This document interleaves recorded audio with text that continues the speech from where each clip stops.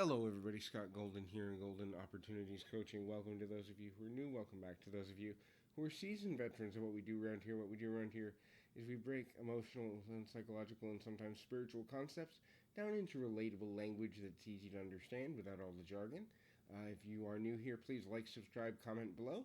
And if there's something we can do for you, please comment and we will make an audio for your benefit, usually within a couple of days. Today we're going to talk about healthy relationships.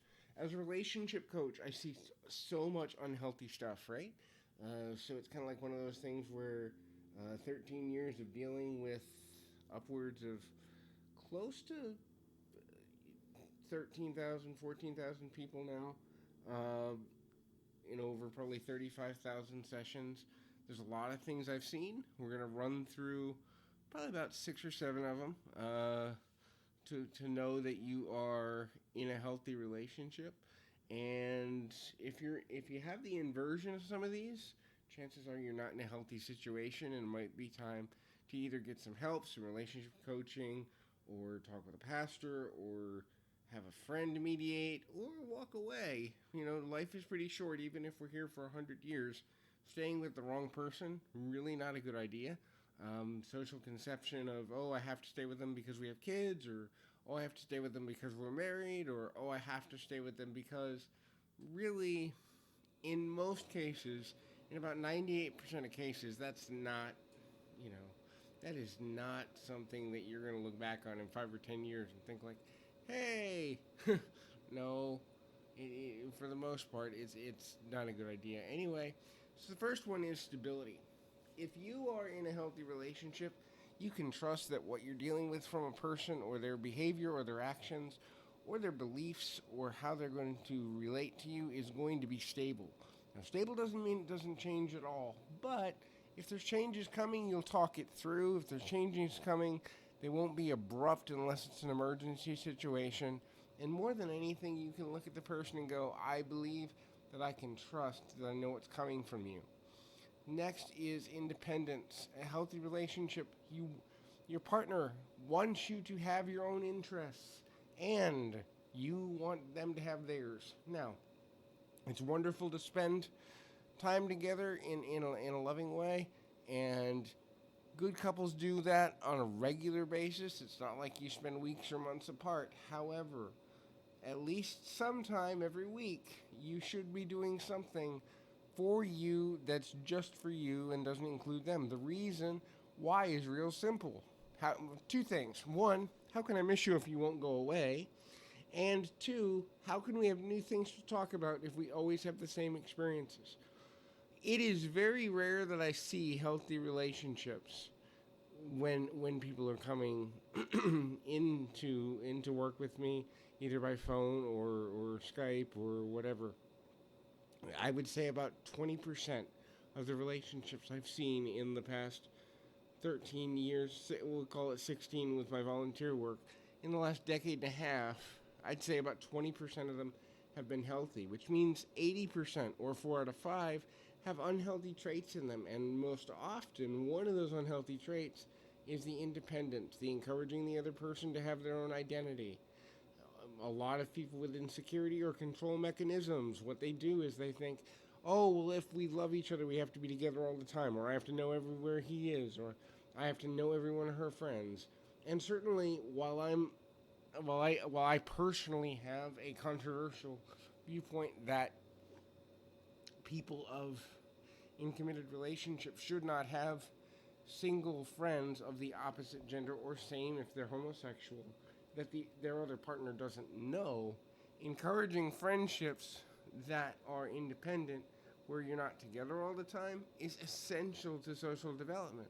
And if you're not at a place where you can trust a person to go hang with their friends and come home to you and have been honest about whatever happens, be it if you're in a polyamorous relationship and there's interest in somebody else, or if you're in a monogamous relationship and there's temptation.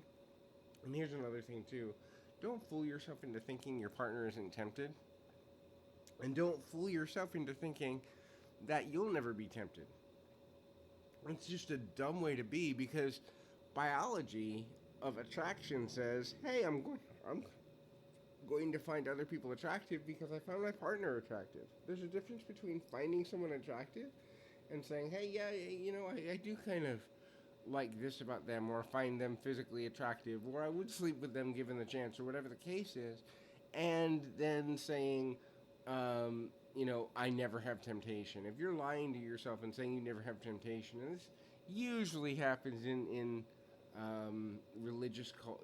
strict religious cultures, or strict monogamy cultures, and that lie actually does more harm than good, and it leads to more instability, and it leads to a cheating mentality, or seeking out pornography or other addictive behaviors just to release that untruth within oneself.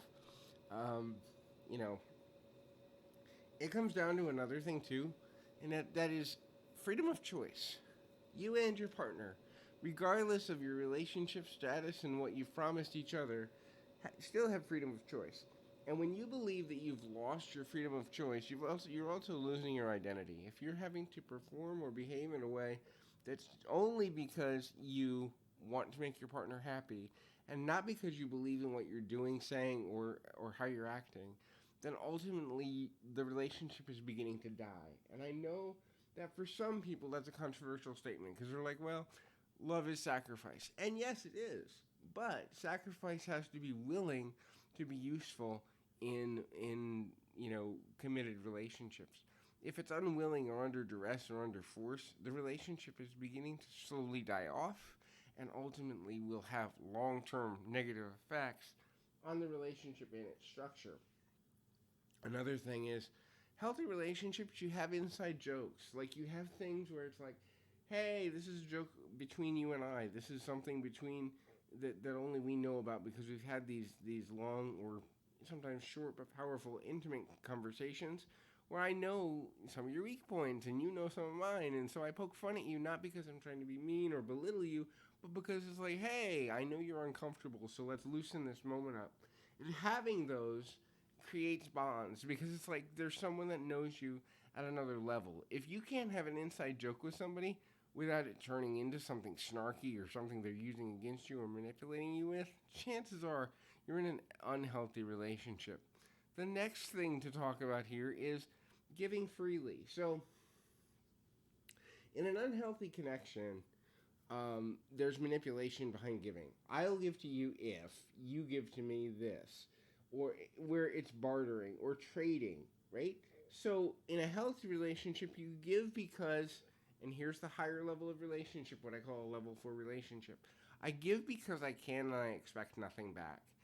And my partner gives because they can and they expect nothing back. Now, if you get something back, it's considered a bonus. And that's why one of the things I teach with Progress Tribe members, merchandise coming soon, by the way, is that true love is the realization of the ability to give without expectation. When you get to a place where you are giving without any expectation whatsoever, and you live what's known as the bonus lifestyle, if I get that's a bonus, but I'm giving because I feel it's the right thing to do, then you're at what I call level 4 love. And it's very, very rare, because most people are so ingrained with the I get to give mentality, even if it's subconscious, that they don't realize that that's what they're doing. And then when they don't get in return, even though they didn't articulate it, they get hurt, they get offended, they get angry, they get frustrated. If you're expecting someone to give back to you if you do something, check your motivation at the door, because it's not pure. And unpure motivation leads to problems later, guaranteed. So, and the last one is complete honesty. Now, look, we all have our little red herrings, right? We all have our things where it's like, yeah, you look fine in those jeans, because you say things to be kind. But really, whether someone looks good or whether they could stand to wear another outfit, in 5 minutes, is that really going to matter? In 5 months, is that really going to matter? In 5 years, is that really going to matter? It's what I call the 5 test. And so, if you have to give yourself some sort of qualifier when you need to tell a little white lie, and we all do. I don't think there's a person that's completely honest in the world, because they'd get beat up. If you walked up to your boss and said, hey, I think some of the things you do make you a jerk, chances are your boss is going to be like, you're fired. Or if you walk up to your significant other and say, yeah, there are things you do that annoy the heck out of me, and here's a list of them, they're going to say, well, then there's the door. But we all tell little white lies just to get through social interaction. However, I put things through the 5 test. Is what I'm about to say going to matter in 5 minutes? No, then it's inconsequential. Is it going to matter in 5 months? No, then it's really inconsequential. It's going to matter for a little while, but it'll fade in time. It's whether it matters in 5 years that I really need to look at how honest I'm being in the situation. Because if it matters in 5 years, it's fundamental to the foundation and the continued development of the relationship. And so, for lots of people, it's hard to be honest about emotional topics because they're afraid to offend somebody, or they're afraid of self-rejection, or they're afraid of their partner rejecting them, or any other number of things. But the fact of the matter remains, at the end of the day, if you can't be honest, then you're in the wrong relationship, or you're approaching the relationship in a counterproductive, destructive way. So those are some things that'll show you you're in a healthy love connection. If you're not, or if you're starting to think it's becoming unhealthy, please feel free to reach out. You can do so in one of 2 ways. Here on YouTube, just the YouTube mailbox, or on Twitter at PO Perception. That's P as in Paul, O as in Oreo, Perception. Usually get back to you within 24 to 48 hours, and I would love the opportunity to be of service to you in any way that I can. Till next time, keep your feet on the ground, your mind in the moment. Till next time, everybody.